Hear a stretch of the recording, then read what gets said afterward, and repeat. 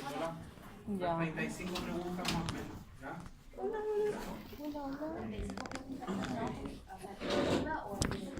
No, desarrollo.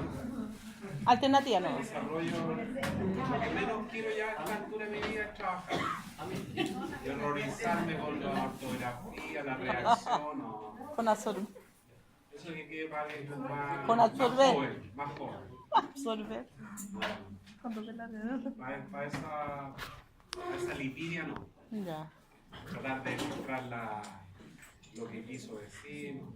No, además que en realidad Son cosas puntuales lo que va a preguntar.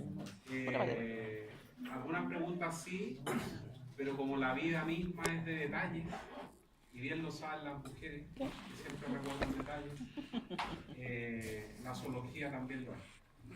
¿Ya? Usted tiene que, primero que nada, tiene que saber los nombres científicos. ¿Por qué?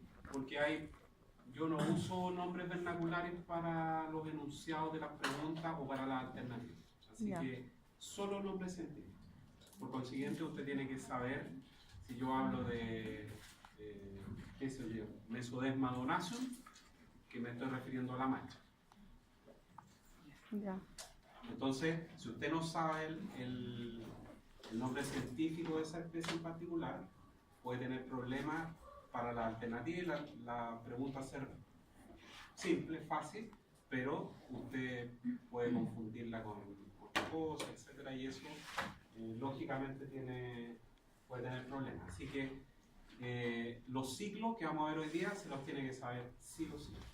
O sea, ciclos no se salvan. ¿Qué ciclo? ¿Cómo lo voy a preguntar? No sé todavía. Todos los años varían. Así que. Está bien. Sí, no. O sea, es que si usted está estudiando veterinaria, el ciclo se lo tiene que saber aquí, en este curso o en otros. Claro. Si no le gustan los ciclos, mejor que agarre sus cuestiones y vaya a estudiar agronomía o otra cosa. ¿Ya? Sobre todo aquellos que tienen importancia y relación con animales, el hombre, etc. Estamos liquidados. Sí o sí. Hay que saber detalles, como les digo, sí, hay que saber detalles. Hay algunas preguntas de alternativa que involucran algunos procesos no solo de memoria, sino de relacionar algunas cosas. Entonces, recuerde que los power es el piso mínimo. Lo dije en la primera clase, pero no voy a volver a decir. ¿Qué significa eso? Que usted no puede traer lo que yo hice y decir, profe, pero esta pregunta no está aquí. Porque recuerde que adicionalmente hay una literatura que yo incluso compartí el libro en español con ustedes para que no anduvieran con el peso extra en su mochila. Es el libro, esto, más distintas cosas que hemos conversado durante el desarrollo del curso. Yo más o menos voy guiándome por lo que está ahí, pero siempre nos ponemos a hablar un poco más de la cuenta. Entonces, todo lo que hemos conversado, que tiene relación con la materia, obviamente, es preguntable. ¿Ya? Entonces, no corre. Ahora, si no lo hemos conversado en clase, no está en el libro y no está en los PowerPoint, obviamente patiné y la pregunta no corre y se elimina, eso es evidente. Pero no necesariamente si no está acá es anulable, porque perfectamente puede estar en el libro. ¿Ya? Yo trato de que sea así, que en alguna parte aparezca, no trato de equivocarme para perjudicarlo a usted. No, ¿Ya? sí, obvio. Bueno, siempre los profes tratan de eso, porque es agradable también poner más de una de repente. Pero no, y si no está la pregunta, no la hemos conversado, no está en el libro, cualquier cosa, usted va a saltar, pero inmediatamente, no, esto no está en el libro, y en ninguna parte. Ustedes son el mejor elemento para detectar esas preguntas. ¿Ya? Así que para que estudie, también le he dicho, haga el empeño a echar una estudiadita con tiempo. Si ya no lo hizo, hágalo para la segunda, porque se va a dar cuenta que se empieza a andar a enredar la materia y eso va generando lío. Va generando lío porque esta asignatura es de detalles. ¿Ya? No es amenaza ni nada, sino que es un consejo bien intenso. ¿Ya? Vamos a hablar de este grupo de los platelmintos, que es un grupo que va a tener una relación importante con ustedes, por la profesión que ustedes tienen o están estudiando. Y básicamente porque ellos tienen una estrecha relación tanto con el hombre, algunas especies, como con los animales. Antes de eso, de dedicarnos a ver básicamente los ciclos, que es lo que vamos a ver en esta clase, vamos a echar una miradita respecto de cómo son estos organismos, cuáles son las características principales para ir conociéndolos y ponerlos en perspectiva respecto de qué cosa es lo que vamos a necesitar aprender. Antes de eso, necesitamos mencionar que este grupo, los platelmintos, corresponde al primer grupo animal que vamos a ver, porque lo que vimos la semana pasada, que son los protistas, los protozoos, no pertenecen al reino animal. Recuerde usted que este curso se preocupa de estudiar los animales. ¿Por qué estudiamos protozoos? Por lo que vimos la semana pasada, porque hay varios representantes de ellos que tienen importancia y se meten con nosotros y con los animales y usted debe conocerlos. Así que en estricto rigor, este grupo, los platelmintos, es el primer grupo del reino animal que vemos. Y por consiguiente es el más primitivo que nosotros vamos a ver. Y la primitividad, tal como una mujer le pide al hombre que le dé señales concretas de que la ama, ¿cierto? Aquí vamos a hacer hincapié en algunas estructuras que demuestran recientemente la primitividad de este grupo, como por ejemplo las características que tiene la cavidad interna del cuerpo. Es la condición más primitiva acá, que son organismos acelomados. ¿Ya? Después, otra evidencia es las características que tiene el aparato excretor, que es el más primitivo que encontramos en los animales y que es un tipo que se denomina protonefridio y que es un sistema excretor bien primitivo, pero que para ellos funciona perfecto sin ningún ¿Cómo problema. se llama? Disculpe. Yo, Cristian. No. El sistema excretor, Nora me llamo. Protonefridio. Protonefridio. Protonefridio. Que tiene una célula, que es la unidad funcional de ello, que se denomina célula flamígera, que la vamos a ver. Qué bueno. ¿Cómo? Perdón. Está medio desenfocada esta cosa ahí. Hay que bajar la cosa. ¿Qué cosa? El telón. Pero necesitamos a alguien que sea grande. El Julio. Julio, ¿dónde está Julio? Estamos Julio. Está fondeado por ahí. Hágale rápido, Julio. Bien. ¿Alcanza, cierto? No alcanza. Un salto con Julio. Cuidado que está el... No pasó nada. Tienes toda la mano. Ahora Julio, ¿cómo podemos? Está bien, tirando ahora. Yo no dije nada. Levanta el teléfono. Gracias, Julio. Esto es más o menos lo que vamos a hacer durante el transcurso de la clase, así que vamos a analizar y ver las características morfológicas y cómo funcionan en términos generales. Y algo de la diversidad vamos a conocer, como siempre, centrándonos en los grupos que tienen importancia médica y veterinaria. Y obviamente vamos a estudiar un poco más en ese sentido y valorar la importancia que estos animales tienen para la salud humana y de los animales. ¿Ya? Esto es importante no perder de vista lo siguiente, que como este curso está orientado, este curso de zoología está orientado a ustedes que están estudiando medicina veterinaria y no biología o agronomía o cualquier otra cosa, hay muchos grupos que no tienen importancia médica ni veterinaria y que los pasamos por alto porque existen en la naturaleza naturaleza, tienen importancia. Todo lo que hay en la naturaleza juega un rol preponderante en la mantención de la vida sobre el planeta, por algo existe, pero nosotros los pasamos por alto por este tema, ¿ya? Así que es un grupo, evidentemente, los plateamientos para nosotros el más primitivo, pero hay algunos otros que son más primitivos todavía, ¿ya? Recuerden que lo más primitivo dentro de los animales son los poríferos, las esponjas, salud, las esponjas, ¿ya? Que prácticamente es un agregado celular y que la hipótesis dice que de una de estas células, un guano cartilado, se habría formado todos los animales que hoy día conocemos, ¿ya? Es por consiguiente un grupo que va a tener una transición, en ese mismo sentido, desde una simetría del cuerpo radial, propia, más característica de los ambientes marinos, acuáticos, a una simetría bilateral propiamente tal, como son, todo lo que vamos a ver de aquí hacia arriba tiene simetría bilateral. ¿Ya? Vamos a encontrar un mesoderma verdadero que va a estar ocupando toda la cavidad interna del cuerpo que no existe derechamente. Por eso se llaman acelomados, no tienen celoma. Y eso va a acarrear una serie de problemas para este grupo, problemas no tan graves como los que pueda tener uno. Y aquí por primera vez va a aparecer, aquí debí haber colocado comillas, porque en estricto rigor es un agregado de neuronas, más que un cerebro con un grado de desarrollo como uno va a encontrar en un vertebrado y ese tipo de cosas.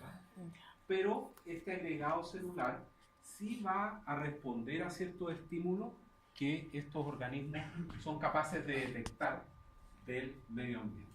Y, lógicamente, un cordón nervioso que va a procesar esa información y va a ponerse en contacto con el resto del cuerpo para responder frente a un determinado estímulo. ¿Ya?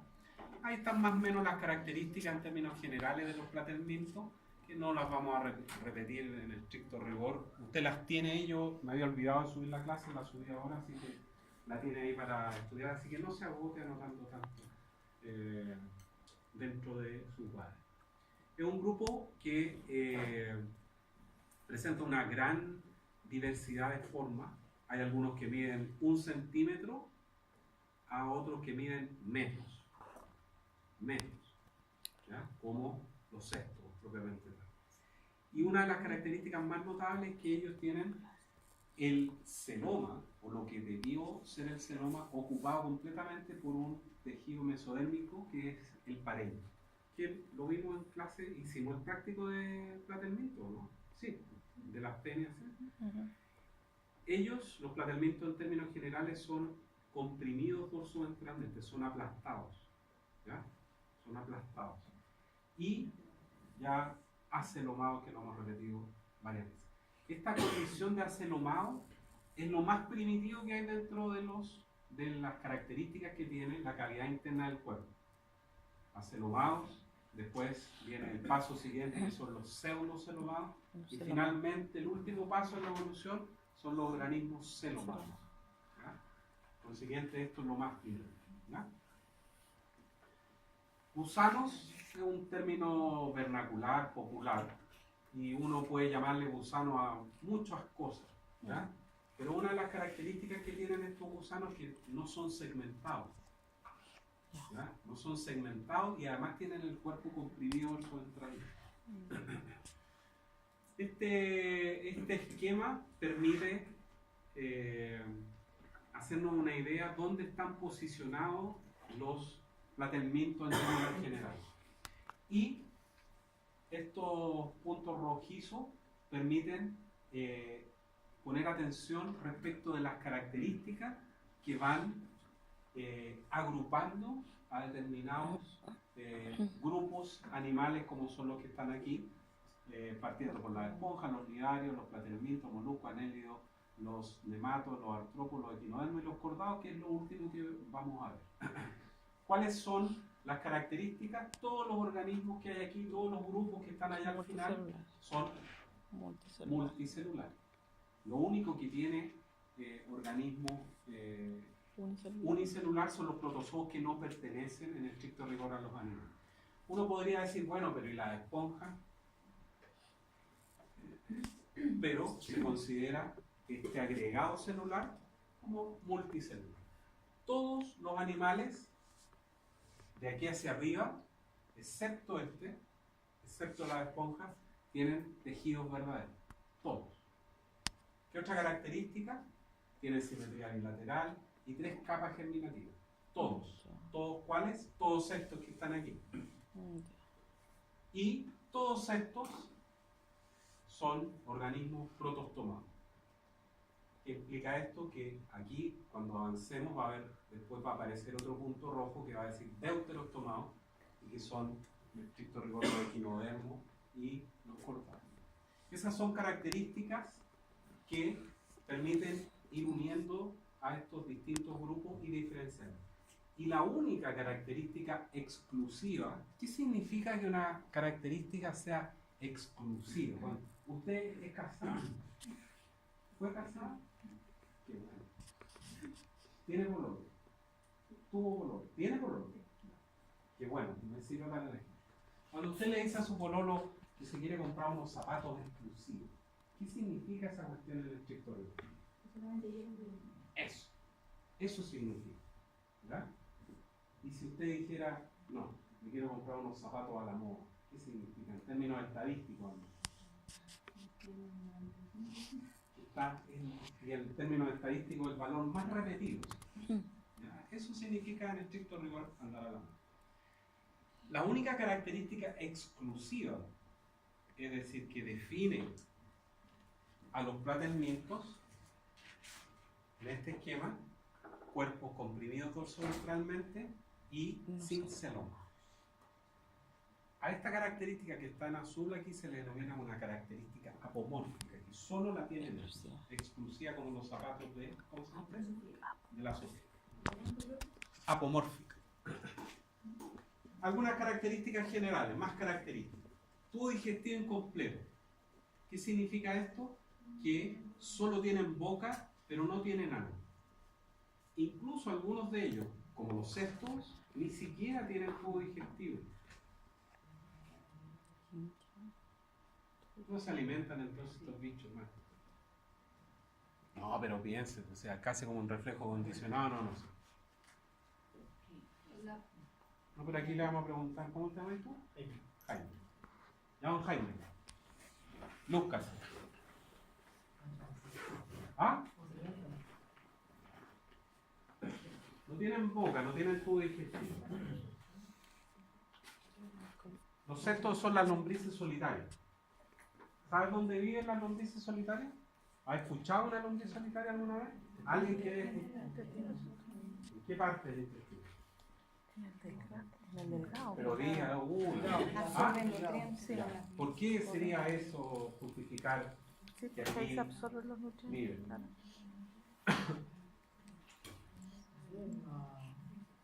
Más delgados?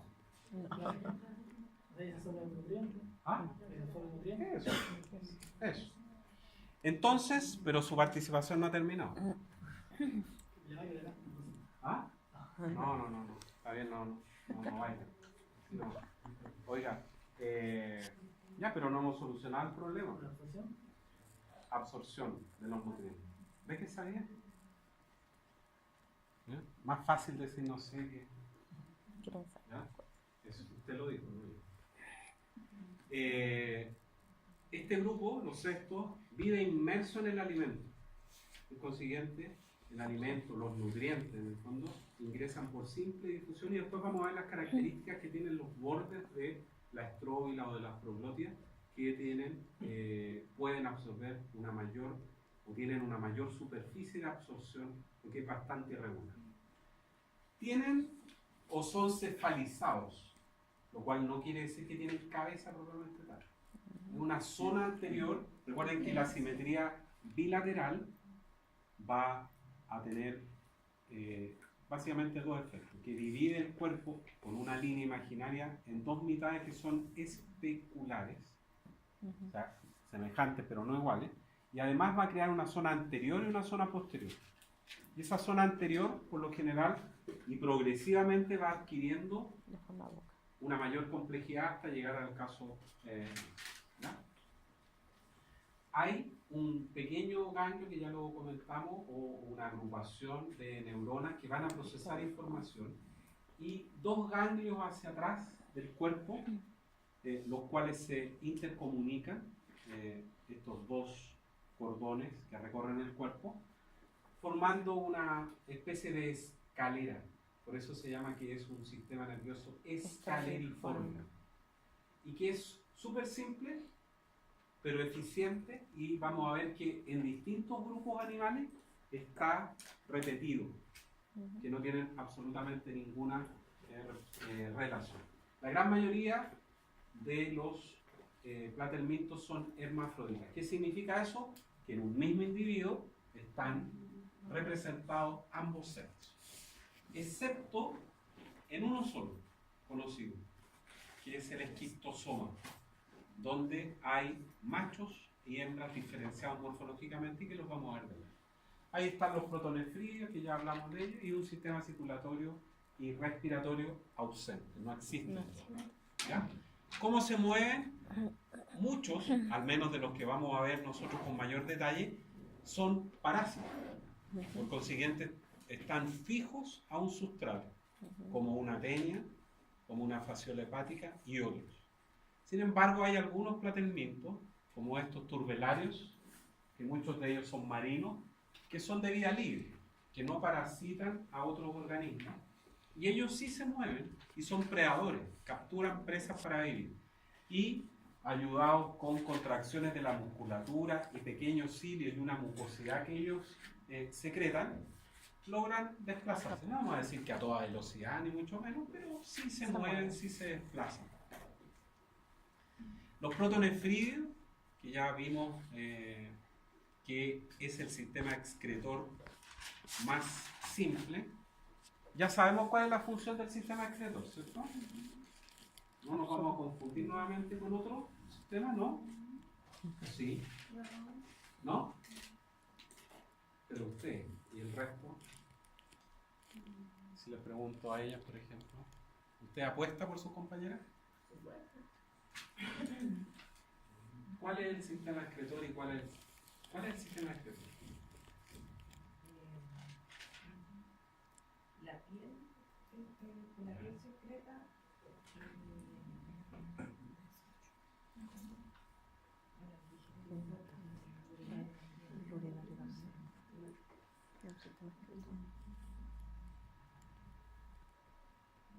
Pero el urinario que llama usted también se asocia generalmente con la excreción de desechos metabólicos. linfático, digestivo, pero digestivo no. Tiene Digestivo, otra pregunta. la piel. ¿Ya? Eso es, más o menos, para que no se olvide. Y este sistema protonefridial es el sistema excretor más primitivo. ¿Cuál es la unidad funcional de nuestro riñón? Nefrón. ¿Cómo se llama la unidad funcional de su riñón?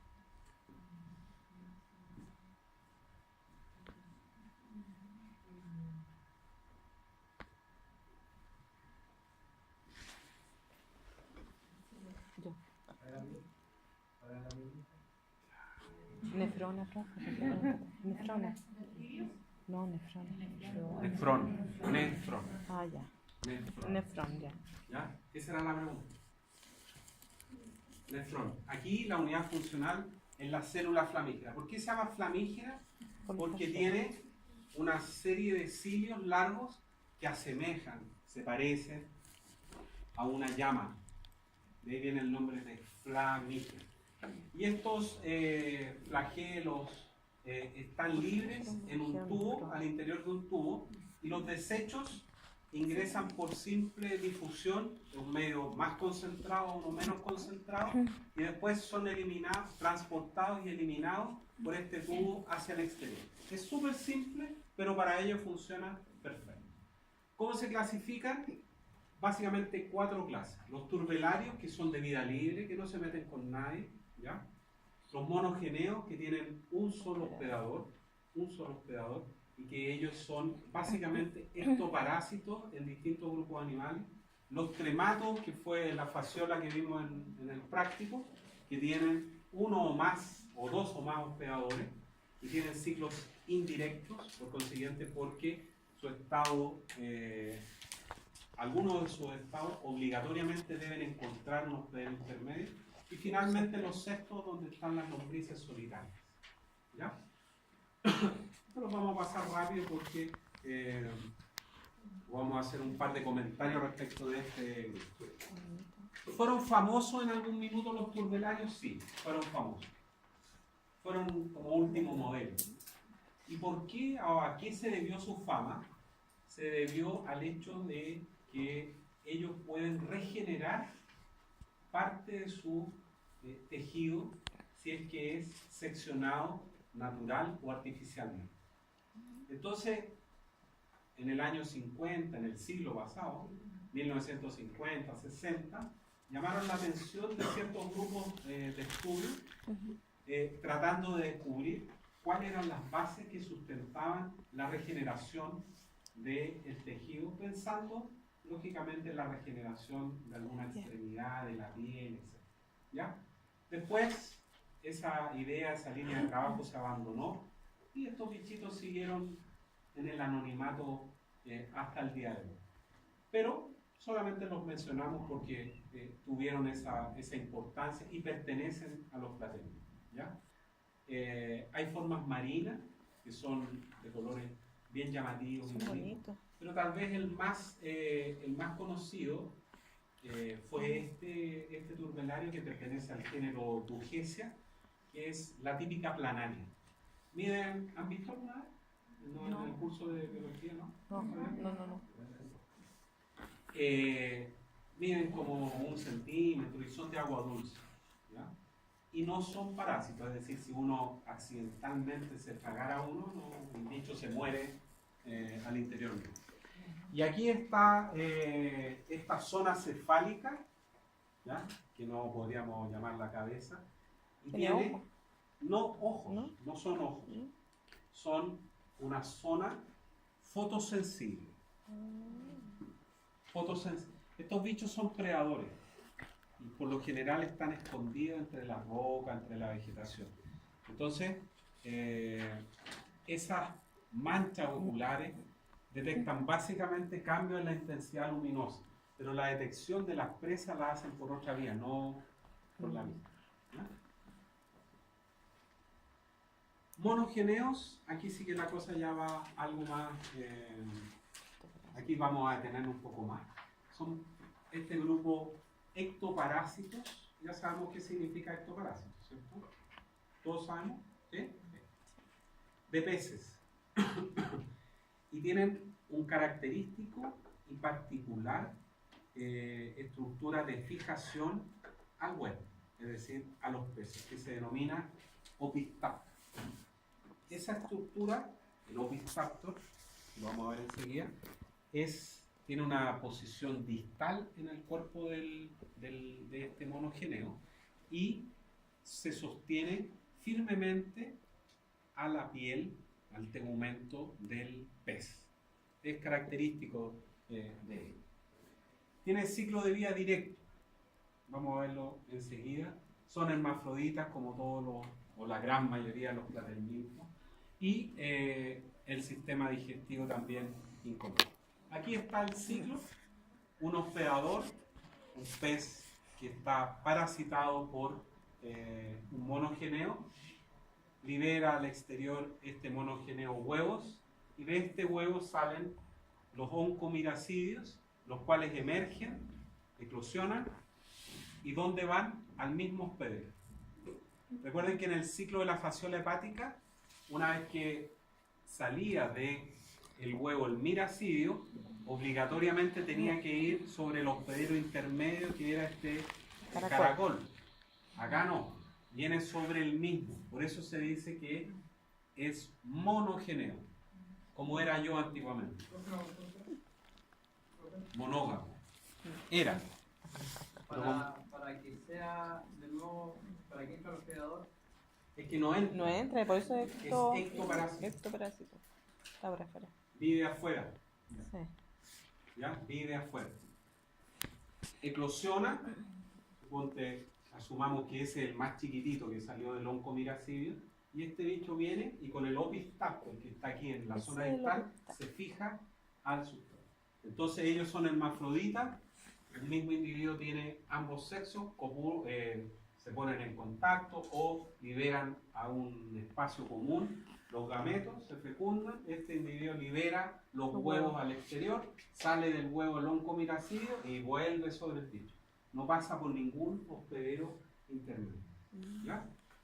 Esta estructura, el opistactor, es lo más característico que tienen, son una serie de espinas y ganchos que se Aferran. adosan súper firmemente sobre el hospedero. Y recuerden que son ectoparásitos, viven fuera del cuerpo de su hospedero. Los trematos, que pertenecen a la clase de los digeneos, son básicamente algo distinto porque ellos tienen un hospedador intermedio. ¿Ya? Ellos tienen un hospedador, a lo menos un hospedador intermedio.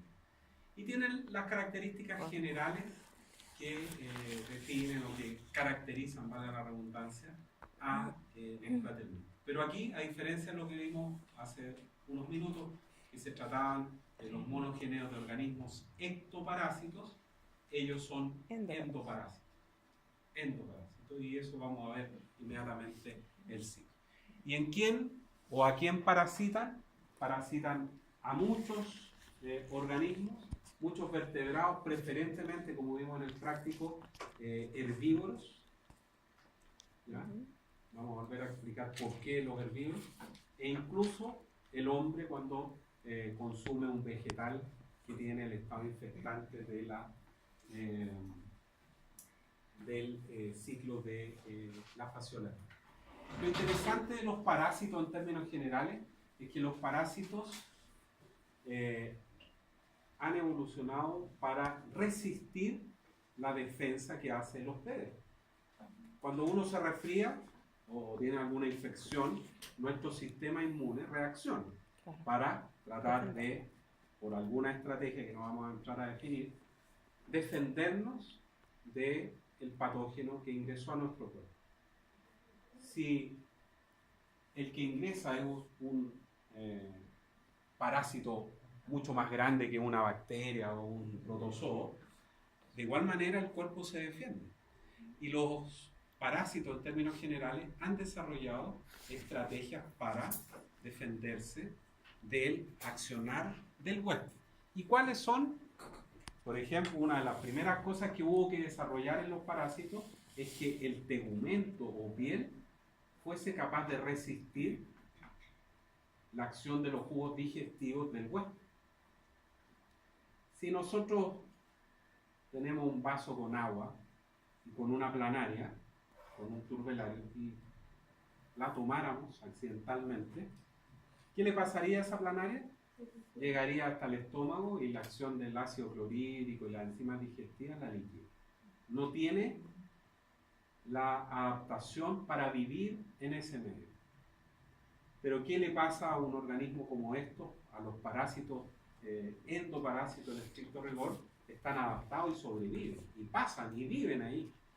Están adaptados para vivir en esas características. ¿Cuáles son las adaptaciones que tienen los digeneos, los trematos? No tienen cilio, básicamente porque ellos no se mueven, viven, en este caso del más característico que es la fasciola hepática, vive a nivel del hígado, y ahí no se mueve. Tiene ventosas, una oral que va a rodear la boca y otra un poco más atrás ventral, que son adaptaciones para fijarse al huevo. Y la epidermis, el tegumento, vamos a ver que si ustedes recuerdan lo que vimos ahí en el práctico, tenía una serie de puntitos. Si uno hacía ahí un juego con la lupa, lograba detectar que habían algunos puntitos ahí.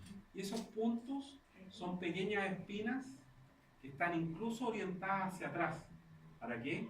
Le permiten a estos bichos incrustarse en el tejido hepático y prácticamente hacer imposible su retroceso. ¿Ya? ¿De qué se alimenta la fasciola hepática? Del tejido hepático, causando lógicamente. Todos son hermafroditas, excepto esquistosoma. ¿Ya? Lo vamos a ver enseguida. Ahí está la fasciola, ¿cierto? Que ya la vimos y que tiene esta forma foliácea como una hoja, con esta prolongación anterior donde se ubica la ventosa oral que rodea la boca, y un poco más atrás está la ventosa posterior. Ambas sirven para fijarse al hueso. Aquí está esquistosoma con una de las especies más características, que es Manzoni, y está el macho, que es más grande que la hembra, y el macho graciosamente tiene un canal ginecoróforo, que es esta cosa que está ahí, donde aloja a la hembra. Un galán, ¿cierto? Esquistosoma, el macho, tiene este canal ginecoróforo donde la hembra vive allí, en una mancomunión eterna. ¿Ya? Aquí el esquistosoma es el único platelminto que tiene sexos separados. Todo el resto, hermafroditas. Aquí está el tegumento, la epidermis de fasciola hepática. Esto era más o menos lo que nosotros veíamos así, incluso menos. El tegumento, la piel, entre comillas, con una serie de puntitos, ¿ya? Que yo les comenté a los que estaban con nosotros allí, que esos puntitos correspondían a espinas, ¿ya? Y esas espinas incluso están orientadas hacia atrás. Entonces este bicho avanza y las espinas facilitan que avance, pero no retrocede, ¿ya? Ahí está la ventosa oral, que rodea, recuerde usted, rodea la boca, y un poco más atrás está la ventosa posterior. Y en algunos ejemplares, entre la ventosa oral y la ventosa posterior, puede estar evaginado el pene. ¿Ya? Esto corresponde al pene. Tiene una serie de nombres vernaculares: duelas, pirigüín, yuta, zahuayfe, ¿ya? Pero el nombre científico es fasciola hepática. ¿Ya? Aquí está el ciclo de la fasciola hepática, que es bien bonito y bien entretenido, porque tiene algunos hitos y puntos que son bien interesantes. En el práctico también comentamos que para que este ciclo tenga éxito, es decir, que el huevo pase para allá, siga, salga la cuestión que tiene que salir y encuentre el animal, el lugar ideal para que eso ocurra es un lugar donde la humedad no es un factor limitante. ¿Qué quiere decir eso? Donde que sea un ambiente húmedo de referencia o con abundancia de agua. Una pradera así, anegada, ideal. Ideal. ¿Cómo se lucha contra esta enfermedad? Una de las orientaciones más clásicas es contra El caracol. el caracol. Porque recuerde usted que si no hay caracol, No. el ciclo hasta ahí nomás llegó. Hasta ahí nomás llegó. Y lo otro es evitar, que es más difícil y probablemente más costoso también, evitar que los animales que están libres en una pradera vayan a un riachuelo, a una sequía, a tomar agua, sino que proveer de algunos bebederos artificiales. ¿Ya? Pero en la práctica bien sabemos que eso muchas veces es más difícil. ¿Cómo es el ciclo? El ciclo ataca preferentemente organismos herbívoros, o la fasciola hepática afecta principalmente a organismos herbívoros, por lo que hemos comentado por esta asociación principal con el tema vegetal y el tema caracol. E incluso puede afectar al hombre cuando el hombre ingiere en particular un vegetal, que son los berros, que crecen preferentemente cerca del agua. Claro. Cerca del agua. Es un ciclo. Podríamos partir en cualquier lado, pero para que seamos ordenados, partamos en un animal que está enfermo, que tiene y que tiene a nivel de su hígado adultos de fasciola hepática. Todos estos animales que hay acá, incluyendo el hombre, son o se denominan hospederos definitivos. ¿Qué es un hospedero definitivo? Un organismo que aloja al estado adulto del parásito. Adulto del parásito. ¿Ya? Todos ellos con fasciola hepática en el hígado. Ahí vive el adulto de la fasciola hepática. O sea, yo no voy aquí a la plaza y me siento ahí a fumar un cigarro, a conversar y la fasciola hepática se me mete por el dedo y... No, no es el método. ¿Ya? Por las heces fecales de estos animales salen los huevos. Salen los huevos y al poco tiempo ese huevo eclosiona y de él emerge un estado juvenil en el ciclo de la fasciola que se denomina miracidio. Ese miracidio se desplaza. ¿Y por qué se desplaza? Porque este gallo es el que tiene que encontrar el caracol. Este es el que se lleva la pega. Porque si no lo encuentra, se muere. Y tienen horas. 16 horas, 20 horas. Porque es un estado muy juvenil, por llamarlo algo. Emerge del huevo un miracidio. Entonces, queda expuesto a las condiciones medioambientales, la temperatura, la desecación, la oscilación térmica, bla, bla, bla, todo el tema. ¿Ya? O sea, este gallo no puede estar un año buscando el caracol. ¿Ya? Seamos positivos y perdón. ¿Esos huevos de ahí son muchos huevos? Sí. Una cosa que hacen los parásitos en general es colocar muchos huevos. Es una cosa parecida a lo que ocurre con la fecundación externa. ¿Ya? ¿Sabe cuál es la fecundación externa? Sí, porque estaba diciendo delante que... No he dicho nada. Sí, ¿Sí? ¿Dije eso? sí, se habló de cuando... Un caballero no tiene memoria, así que no. Eso es verdad. Ya, pero ¿qué es la fecundación externa? Más allá que lo haya dicho. Que No. afuera del animal en cuestión, estén los óvulos externos y se funden afuera. Fecundación externa, ¿ya? ¿Sí? Y fecundación interna. Tiene que haber una unión entre el macho y la hembra para que porque si no, ¿cómo van a llegar? Inseminación artificial.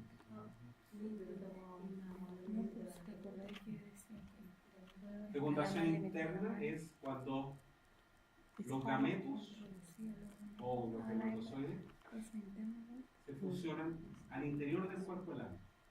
¿Cuál es más mejor? Como dijo el gran Leonel. ¿Cuál es mejor o cuál es de más cantidad? ¿Cuál es más mejor? ¿Y por qué? El que está dentro de la hembra. ¿Por qué? Porque Hay una seguridad de supervivencia. La hembra no se expone al exterior. No, pero... Ya, pero no sé. Están las condiciones. Pero es que yo creo que la interna es la más segura, porque está dentro resguardado. La más mejor. Sí, la más mejor.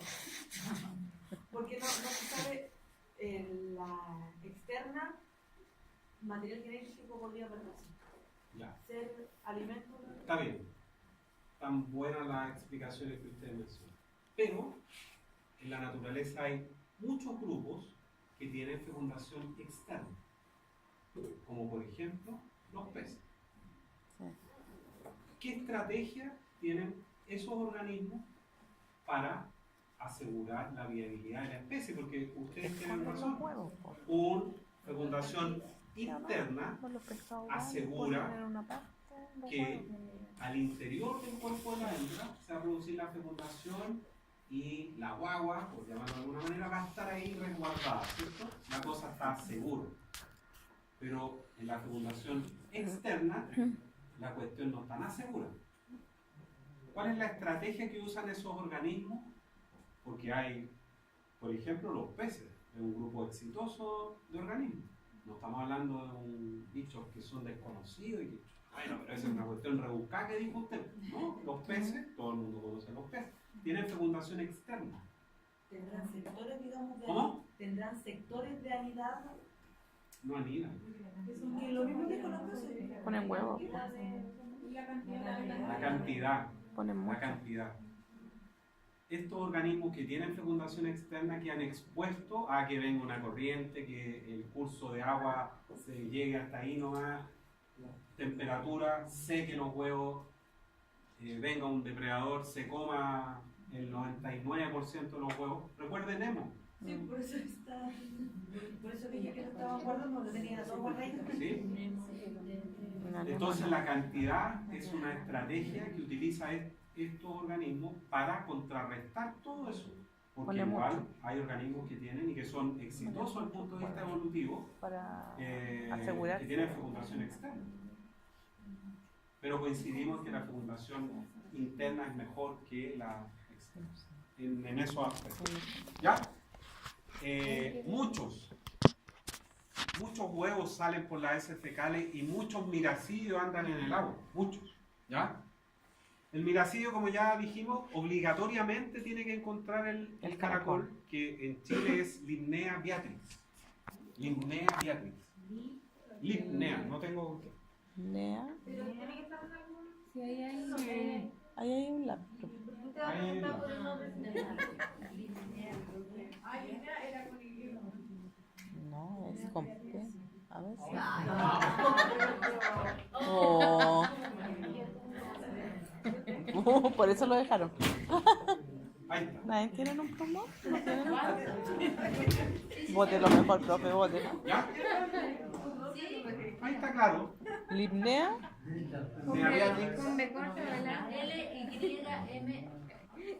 No diga de corta porque van a decir que V. usted es vieja. Ah, V. V.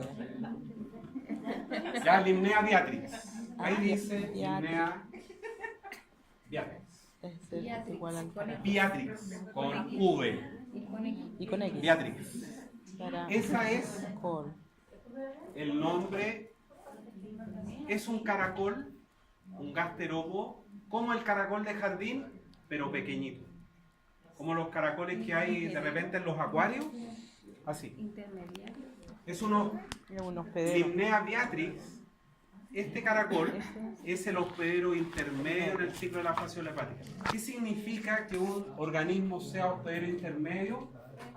En ese organismo se va a encontrar un estado juvenil, si ya la vi, tranquila, ¿ya? Se va a encontrar el estado juvenil del parásito. Dígame. No. No, El caracol de jardín es Helix aspersa, que es Sí, el profe, típico con caracol que chiquitito, nosotros vemos. No, de- este es mucho más ¿No te acuerdas? pequeñito, es como ese. Sí. ¿Ha visto algún acuario alguna vez que hay unos caracoles chiquititos de 1 centímetro más o menos? Sí. Que son gasterópodos, que son de la misma familia que el de jardín, pero que miden 1 centímetro. Un caracol de jardín puede medir 3, 4 centímetros. No es el número. ¿Ya? Ya. Tiene que obligatoriamente encontrarlo. Si no lo encuentra, hasta ahí murió. llegó el ciclo. ¿Y por qué es tan relevante? Porque este miracidio al interior del caracol se va a transformar en 2 estados sucesivos, que son esporocisto y revia. Esporocisto y revia, adentro del caracol. Supongamos que entra un miracidio. Por lo general entran muchos. Ese miracidio asexualmente se divide y se transforma en 2 esporocistos. Esto es hipotético, pero para que usted Sí, se quede con la está idea de qué es lo que va a pasar. ¿Ya? Y estos esporocistos, nuevamente, asexualmente se subdividen y se transforman en 4 redes. Así. Una vez que pasa a redia, salen del caracol y el caracol muere. ¿Ya? Y se transforma esa cercaria prácticamente al instante, o ya viene semi-transformada en el penúltimo paso en el ciclo de la fasciola, que se denomina cercaria. Esa cercaria incluso tiene una pequeña cola para desplazarse si es que tiene que nadar. ¿Y qué hace esa cercaria? Va hasta la vegetación circundante, ¿ya? O se pega allí y se transforma en el estado infectante del ciclo de la fasciola hepática, que es la metacercaria.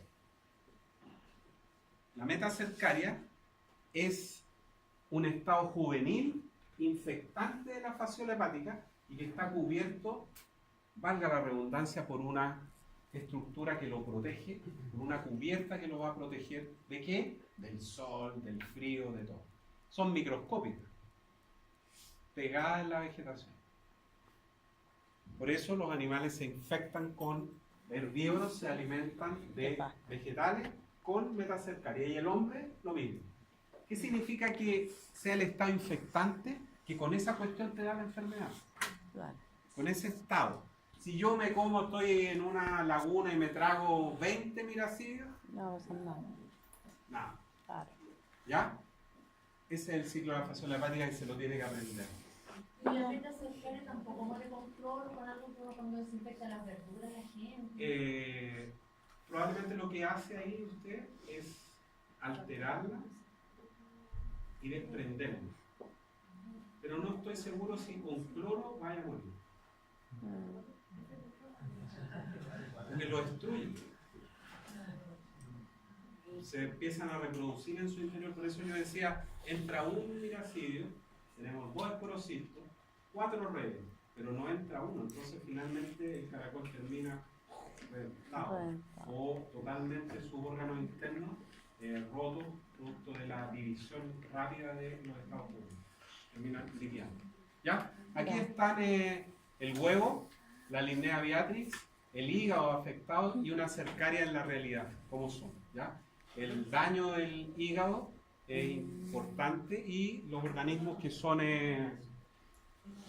animales en los cuales se detecta esto son rechazados y no quedan para consumo. Entonces la retención del hígado en matadero, ¿A qué? la retención del hígado con fasciola hepática en matadero es solamente preventivo para que no se vuelva a tener el ciclo. No porque al comercio pueda causar algún problema. Sí, pero si tú colocas ese hígado en esa característica a la venta, probablemente no No la venden. nadie lo va a comprar. El esquistosoma, Sí, pues Juan, claro. el esquistosoma que tenía los sexos separados, también utiliza un caracol,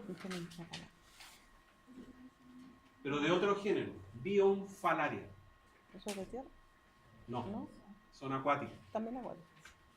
Esta enfermedad es común en personas que van a zonas tropicales. Zonas tropicales. ¿Ah? Exacto. ¿Qué es lo que pasa? Que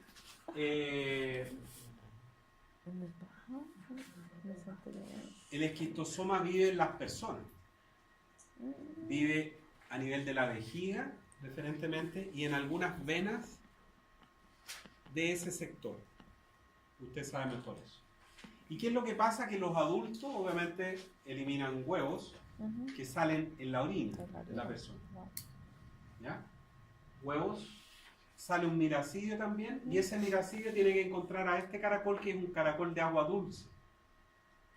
Y desde allí la cercaria, y esa cercaria, ¿qué es lo que hace? Se mete por el pie de las personas. No hay metacercaria aquí. Entonces, ¿qué es lo que pasa en ¿Y no se muchos siente? países tropicales? Que las personas están en el agua salada y desemboca agua, un pequeño río, hay una poza de agua dulce y uno va a refrescarse, a sacarse la sal, etc. Producto de las lluvias.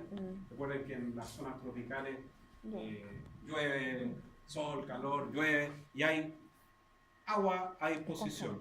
Y allí es una zona donde existe un alto riesgo de agarrarse esquistosomiasis. ¿Son donde evita la piel?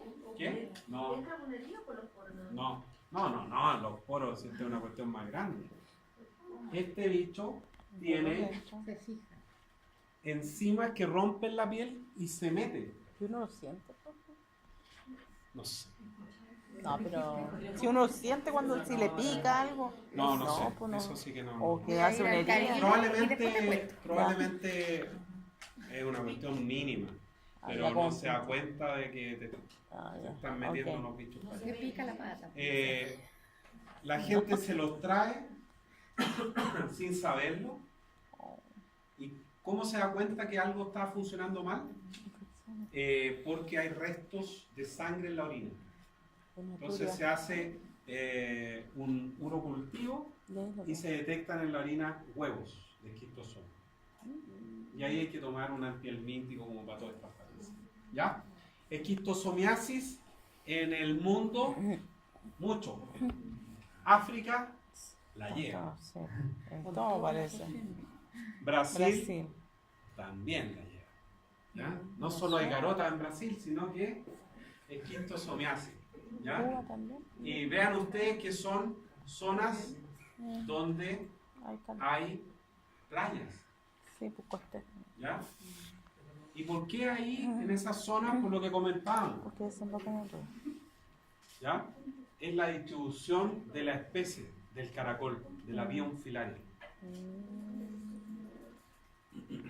Lo sexto, la lombriz solitaria que llamaban las abuelitas.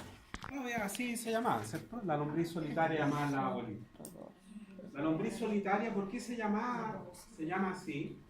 Porque Tenían hambre siempre. Algo así. ¿O no? habían personas que eran delgadas Sí, con hambre. y que comían Mucha como hambre. sabaños. Entonces existía esa expresión de decir, no, este niño tiene la la lombriz lombriz solitaria. solitaria. Ay, sí. ¿Ya? Hoy en día, como todas las enfermedades, ¿oh? Como todas las enfermedades parasitarias que tienen que ver con el, que se adquieren por el consumo de hortalizas, aguas servidas, etc., en Chile han disminuido considerablemente producto de los tratamientos de aguas servidas. Si algo bueno ha hecho Agua Andina, ¿ya? Ha sido eso.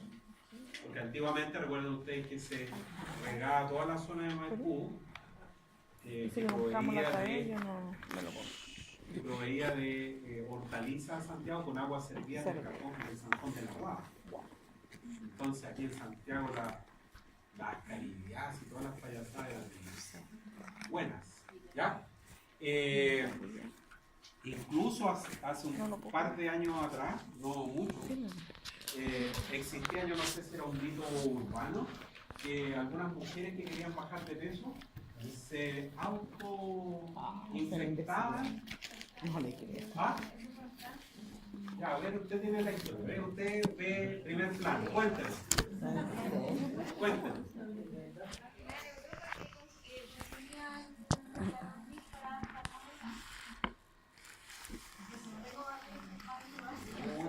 Yo dormía viendo el primer plano. ¿Y qué es lo que pasa? Que este es un parásito.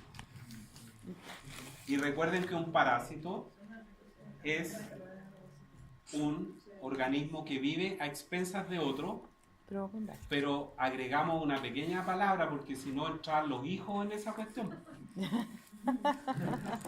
Bueno, no que dijimos, Sí. bueno, pero tiene que causarle un daño. Bueno, los hijos a veces también causan daño, pero daño. no se espera, al menos no es No. esperable, ¿cierto? No es esperable.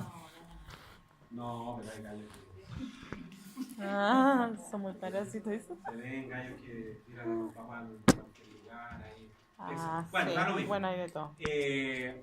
Y causa un daño. Entonces, si las personas tragaban o querían tener un parásito, claro, me imagino habrá sido un tiempo agotado, porque el parásito se come, si tú te comís 10, el parásito se come 5, supongo. Entonces las personas comían mucho más y no aumentaban de peso. Eso es casi como lo mismo que hacía Nerón de comer y vomitar, ¿ya? O los romanos en términos generales. Este bicho es notable porque algunos llegan a medir 5, 6, 7 o 20 metros dentro de su hospedero. Pero hay una tenia en particular, que es la tenia, el Echinococcus granuloso, que es la tenia del perro, que mide como 1 centímetro. ¿Ya? ¿Alguien quiere ir al baño? No sé. A ver si terminamos más temprano, vamos más temprano. ¿No? Excelente. Y la gracia de este bicho es que está completamente adaptado para vivir como un endoparásito al interior del cuerpo del hombre y otros animales. Y tiene su cuerpo completamente adaptado para eso. El cuerpo de un cesto o de una tenia está formado por 3 partes. El scólex, o cabeza, entre comillas, porque no es una cabeza propiamente tal, que lleva los órganos de fijación al huésped, que son ganchos, ventosas, botrio o botrillo, que es una especie de ventosa pero más alargada. Después viene el cuello, que es una zona de alta productividad, porque allí se forma todo el resto del cuerpo de la tenia, que se denomina estróbila. ¿Ya? Claro, la tenia tiene 3 partes: scólex, cuello y estróbila. Y la estróbila está formada por un número variable de proglótidas, que pueden ser en algunos casos miles. En el Echinococcus granulosus, solo 3. ¿Ya? Sistema digestivo ausente, como Jaime nos dijo muy bien cómo se alimenta. Ya lo sabemos. ¿Ya? Esto es más o menos lo mismo. Veamos los monos y ahí vamos repartiendo la explicación de lo que está.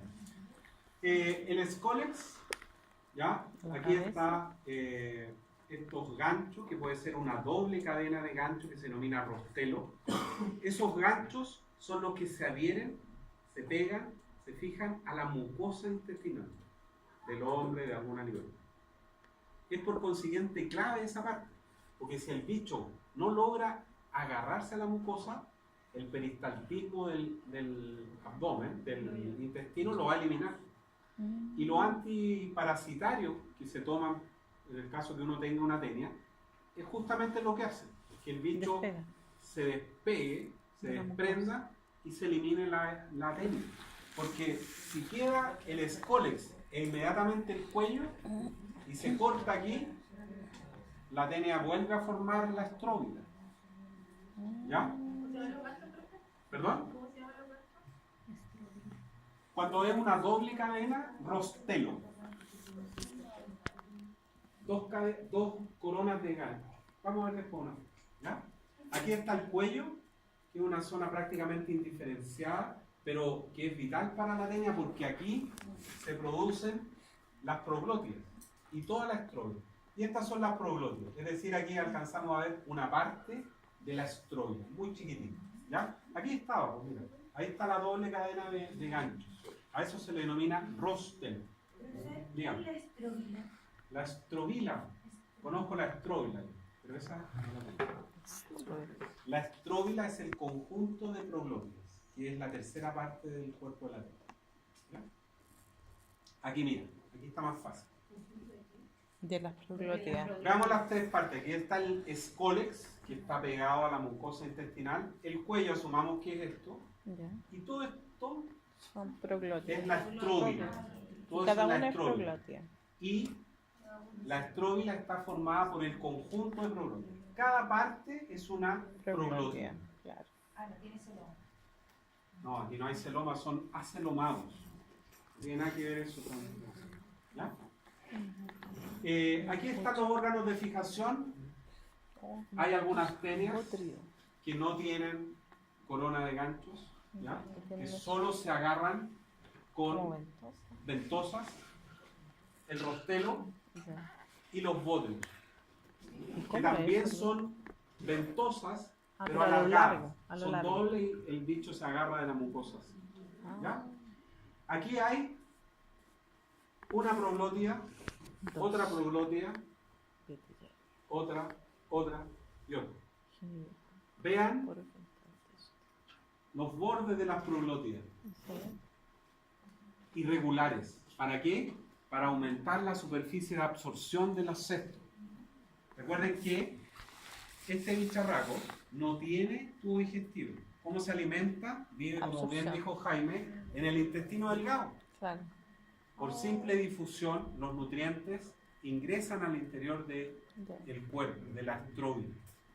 Y este bicho tiene testículos y ovarios en cada una de las probóscides. Esta le tiene testículos y ovarios, esta también le tiene, y esta, y esta, y esta. Entonces alargando. distintas partes de la tenia se ponen en contacto y las últimas proglótidas del cuerpo de la tenia están llenas de huevos y son las que se eliminan. Son las que, si una persona tiene una tenia, cuando va al baño se da cuenta que tiene tenia porque hay un pedazo de fettuccine ahí, ¿ya? Y en los perros pasa lo mismo, ¿ya? Veamos algunas tenias, algunas cosas bien características. Sí, dígame. En caso de que algún humano tenga una tenia, ¿cuál sería como el tratamiento a seguir? ¿Tomar un antiparasitario que sea de sexo? Sí, es re simple. Ivermectina y todas esas cuestiones, parejo. Le atrincan a todo. ¿Ya? Sí. Un derivado de esas cosas, no la misma.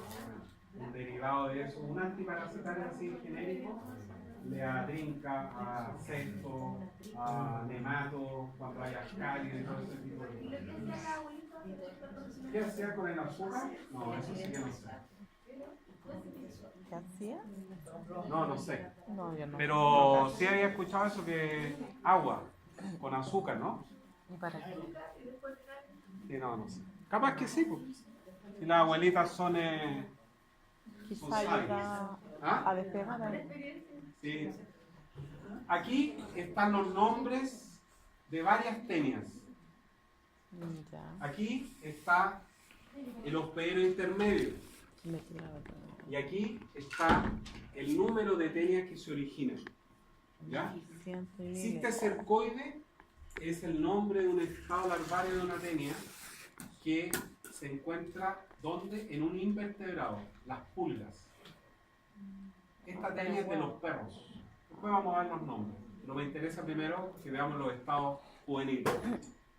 Esa tenia, o ese estado juvenil, ese estado larvario, está al interior de una pulga del perro. Los perros se comen las pulgas y los gatos también, y así se infectan. Un invertebrado, el hospedero intermedio, la pulga. Una sola tenia se produce. El cisticerco es el estado larvario de la tenia solium y la tenia saginata, que son las tenias del hombre. Cisticercus cellulosa en el caso de la tenia solium y Cisticercus bovis en el caso de la tenia saginata. ¿A quién o dónde se encuentra el estado larvario? En un vertebrado, cerdo y vaca. ¿Cuántas tenias puede originar cada cisticerco? Una. El coenuro, que es característico o que va a estar a nivel del encéfalo o del sistema nervioso de vertebrados. ¿Quiénes por lo general? Cabras, ovejas, afectando toda la parte neurológica del vertebrado. Puede producir cientos de tenias. Pero la más grave, la más delicada, es el idátide o quistidatídido, que se encuentra en vertebrados, incluso el hombre. ¿Cuál es la cantidad potencial que puede producir un idátide? Miles de tenias, por lo que vamos a ver al final de la clase. Ahí están los nombres de las tenias. Tenia solium, tenia saginata. ¿Quién es el hospedero definitivo? El HD, el hombre. Hospedero intermedio de tenia solium, el cerdo, de tenia saginata, el bovino. ¿Cómo se contagia uno, el hombre, con una tenia solium o una tenia saginata? Cuando consume carne de cerdo o de bovino, que no ha sido debidamente inspeccionada y que tiene el estado juvenil, el estado larvario del parásito. ¿Y por la leche? No. Tenia multiceps, ¿ya? Que produce el estado larvario conocido como coenuro, ovinos y caprinos, perros. Dipilidium caninum, la pulga, ¿ya? Perros y gatos. Echinococcus granulosus, el quiste diatídico, ovinos, porcinos, bovinos, y el hombre, el estado juvenil, perros, en términos generales, cánidos. Debería ser ahí, Ya. cánido en términos No, generales. ¿Ya? Ahí están los estados larvarios, el cisticercoide, el cisticerco, en un bistec de lomo vetado, ahí. ¿Ya? El quiste diatídico y el coenuro afectando allí. Veamos las dos tenias que son del hombre y las comparamos rápidamente. El tamaño. Tenia saginata puede llegar a medir entre 5 y 8 metros. Metros. Solium, algo más modesta, entre 3 y 5 metros. En el intestino, ahí estamos hablando. ¿Ya? Número de proglótidas. 1000 a 2000. 1000 a 2000, 800 a 900. Algo más pequeña tenía solo. Esta es la del bovino, la de la vaca. Yo soy del hombre. Esta es la del cerdo. Cerdo. Ventosas, 4 y 4. Corona de ganchos, tenía saginata, no tiene, pero sí tenía solo. Los huevos son iguales, son indiferenciables. Y aquí hay un riesgo, como vamos a ver después, que no son diferenciables los huevos de una y otra especie. ¿Para quién es peligroso? Para la misma persona, pero también es más peligroso para las personas, un técnico del laboratorio, un tecnólogo médico que analiza Manipula. los huevos o que estudia los huevos. Hospedero intermedio, vacuno, cerdo, pero definitivo, el hombre. ¿Ya? Tenia solium tiene ganchos. ¿Ya? El huevo y la tenia. Ahí está el escólex, La el cabeza, cuello y la estróbila con las proglótidas. proglótidas. Las proglótidas que están más cerca del cuello son más angostas, más jóvenes. Conforme se alejan del cuello, van aumentando de tamaño, se hacen más anchas, son más viejas y Y están los huevos están al final. llenas de huevos las finales. ¿Ya? Lo liberan o se transportan. El ciclo está ahí y se lo tiene que aprenderse. ¿Ya? El ciclo, ¿ya? Pero en Entero. español. Ahí está resumido. Lo mira en el libro en español. Las dos tenias tienen el mismo Ciclo. ciclo. Solium y saginata. ¿Cuál es la diferencia en los hospedero intermedio? ¿Cómo se infecta una persona cuando consume? En el caso de Tenia solium, cerdo que tiene el estado juvenil del parásito. ¿Cómo se llama el estado juvenil de este parásito? De la Tenia solium, coenuro, o sea, Cysticercus cellulosae. ¿Cómo se llama el estado juvenil de la Tenia saginata? Cysticercus bovis. ¿Ya? El del chancho es más Una persona enferma elimina por las heces fecales los los huevos. huevos. Los huevos quedan en el ambiente o son regados con agua servida, hortalizas, etcétera. Y ahí de nuevo pues, Vienen y las vacas o los cerdos consumen involuntariamente los huevos.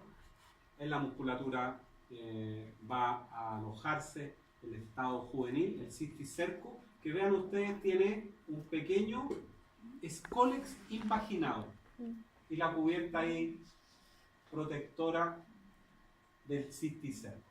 ¿Qué es lo que pasa? Cuando una persona consume carne de cerdo o de vaca, los jugos digestivos degradan toda la protección que tiene el cisticerco la imaginación. y queda el escólex, se vagina y se adhiere a la mucosa intestinal. Usted va a un rico asado que le invitaron, se toma una buena cerveza, le aplica su buen pedazo de carne, repetición, póngale presión. Y se vuelve y se viene con dolor de cabeza, sin hambre y con una anemia. ¿Ya?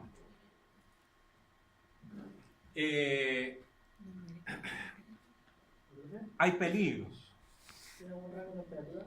¿Qué? Sí, sí, sí. O sea, la temperatura mata el cisticero. O sea, Hay si que tú congelarla. no sabes, no tienes la certeza que al asado que te invitaron, la cuestión la compraron donde es debido, o Porque lo la carne faenaron ahí mismo, está congelada, tenéis que la carne aplicar congelada. ¿Y de ahí? suela, asegurar. Más allá que a uno le guste 3/4 y todo. No, que esté bien considerado. ¿Ya? Suela. Los huevos se recuerdan que eran iguales, tenía solium y tenía saginata. Y hay casos en los cuales las personas se autoinfectan ¿Y para qué? involuntariamente, por Ah, cierto. Como cuando uno va al baño y no se lava las manos, por ejemplo. qué cosa. Que quedan los huevos en la mano o en las uñas e involuntariamente se traga los huevos la persona. Pero como uno no es el hospedero intermedio, el Lo ciclo llega hasta ahí, no sigue el ciclo. Pero, ¿dónde está el riesgo? Que en el caso de Taenia solium, no Taenia saginata, se produce una enfermedad que se conoce con el nombre de cisticercosis. Es decir, se produce un cierto desarrollo del cisticerco en este reporte subcutáneamente. Ahí. ¿Y cómo se ve eso? Y hay casos graves donde Ah, está en el se cerebro. produce lo que se denomina una neurocisticercosis, donde el cisticerco viene y se enquista ¿Y a cómo nivel del pasó? cerebro y provoca algunos trastornos como epilepsia en las personas. ¿Ya? ¿Y cómo pasa la barrera? Y también en el caso de las personas que manipulan huevos por su trabajo, pueden accidentalmente tragarlos y son particularmente peligrosos los de Taenia solium porque es Taenia solium el que desarrolla o provoca esta enfermedad. Taenia saginata no. ¿Por qué? No se sabe. ¿Ya? Echinococcus granulosus. Otra tenia peligrosa. ¿Ya? Pero súper distinta a las demás. Esta es la del perro. Ganchos, escoles y ventosas, el cuello y la estróbila, con tres proglotias. Tres. Una tenia que mide 5 milímetros a 1 centímetro. Ya. ¿Ya? ¿Cuál es la proglotida que se libera? Única La y última. exclusivamente la última. Es que la es más la que grande. está llena de huevos. ¿Ya? Oh, Esta es una tenia peligrosa. Aquí en Chile. sí. ¿Ya? Sí. Es peligrosa porque el hombre se mete en el ciclo, o se ha metido en el ciclo del Echinococcus granulosus. No. ¿Cómo? Basta salir a dar una vuelta a la cantidad de perros abandonados que hay. Que nadie se hace cargo de ellos, que no están desparasitados, etc. Y uno puede tener su perrito pequeño, pero lo saca y el perrito huele por allí, se pone en contacto con otro en la plaza, se olisquea Claro. y se puede Pero- accidentalmente traer los huevos en la La cara. pilosidad cercana a la boca. Y después nos Llega. da huetea. Usted lo besa, que venga, que duerma aquí, mi guaguita, bla, bla, bla, bla. Y eso pasa. Sí, obvio. Si no estamos hablando de algo que no sea así. Y uno puede tragar accidentalmente los huevos. Obvio, mi perro es muy grande. Entonces, Pero por no eso aguanta, es pero vital uno lo saca. que los huevos que los perros estén desparasitados.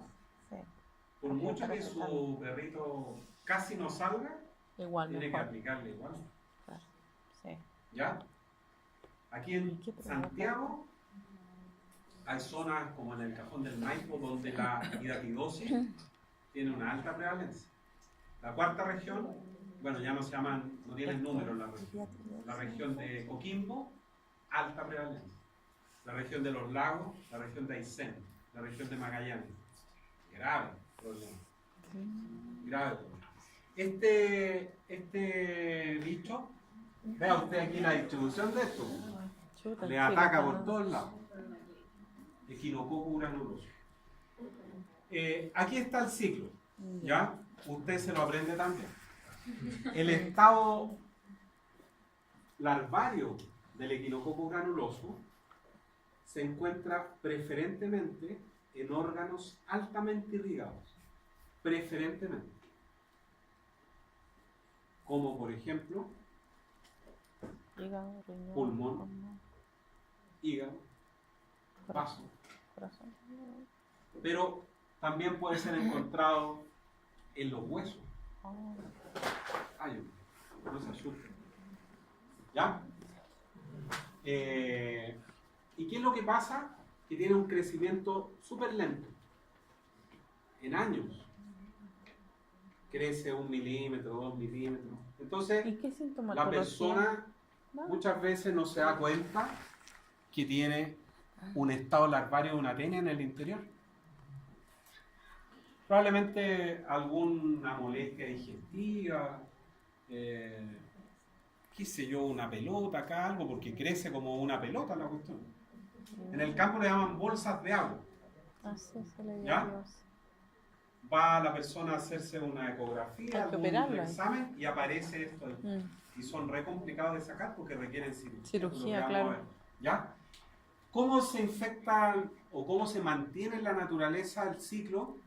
Por la Que es básicamente en perros y en cánidos donde está el estado adulto del parásito, porque cuando se faenan animales le dan la existe la mala práctica de darle a los perros las vísceras. Sí. Entonces, si no se entierran y se protegen con cal, etcétera, etcétera, el Ahí ciclo pega. se mantiene. Ahí se la pega al humano igual. ¿Ya? ¿Y cómo participa o entra el hombre? Cuando consume huevos de Echinococcus granuloso, que es una enfermedad, como digo, que no, siempre estamos hablando de enfermedades que son africanas y cosas raras en Brasil, pero esto es aquí. ¿Ya? Así que hay que ponerle ojo. ¿Ya? Hay un Ahí quiste está. hidratídico arriba. Sí. ¿Ya? En el campo le llaman bolsas de agua. De agua. Y están, vea usted lo curioso, llenos de líquido. ¿Ya? Por eso le llaman bolsa de agua. Y vamos a ver a continuación allí, más quiste hidratídico, que si se recuerdan en una diapo pasada que decía que un hidátide, un quiste hidratídico, este esquema, puede producir miles de tenias. Y la explicación está ahí. El quiste hidratídico está formado por 3 capas. Una capa, esta azul que se llama adventicia, que se adhiere al órgano en el cual está. Después viene otra capa, que es la cutícula, que es una media, y finalmente la roja, la germinativa. Y esta capa germinativa tiene la potencialidad de producir un pequeño quiste hidratídico hacia el interior. Y ese quiste hidratídico tiene la adventicia, la cutícula y la germinativa. Y puede producir otro. Y ese otro. Por eso se dice que potencialmente un quiste hidratídico mamá, entre comillas, puede producir miles de hijos en el interior gracias a esta capa, la germinativa. ¿Ya? Se produce miles. Creo que esa era la otra. A ver, no. Parece Hidatidosis en Chile, como les digo, es delicada la cosa. No es menor. ¿Ya? Y hay casos en los cuales, particularmente en algunas regiones de Chile, Coquimbo y el sur, básicamente por la carga de animales que hay, de hospedero intermedio, la cosa es bien fregada. El Dipilidium caninum, gatos y perros, esta tenia, ¿dónde está el hospedero intermedio? ¿Cuál es? Las pulgas. y ellos la comen. Los perros se comen las pulgas. Ah. Y ahí está la pulga, está el cisticerco en su interior y así se se mete hacia. Recordatorio morfo. No se olvide de echar una mirada a la morfología y cómo funcionan estos bichos, la diversidad, los ciclos se los tiene que saber. O sea, no le puedo decir las preguntas, No, pero se ponerlo así. desprende que van a haber varias preguntas de los ciclos. Tiene que saber. ¿Ya? Ok. Bueno, lo que hemos visto. No se vayan todavía por el tema de la lista. Recuerden, la próxima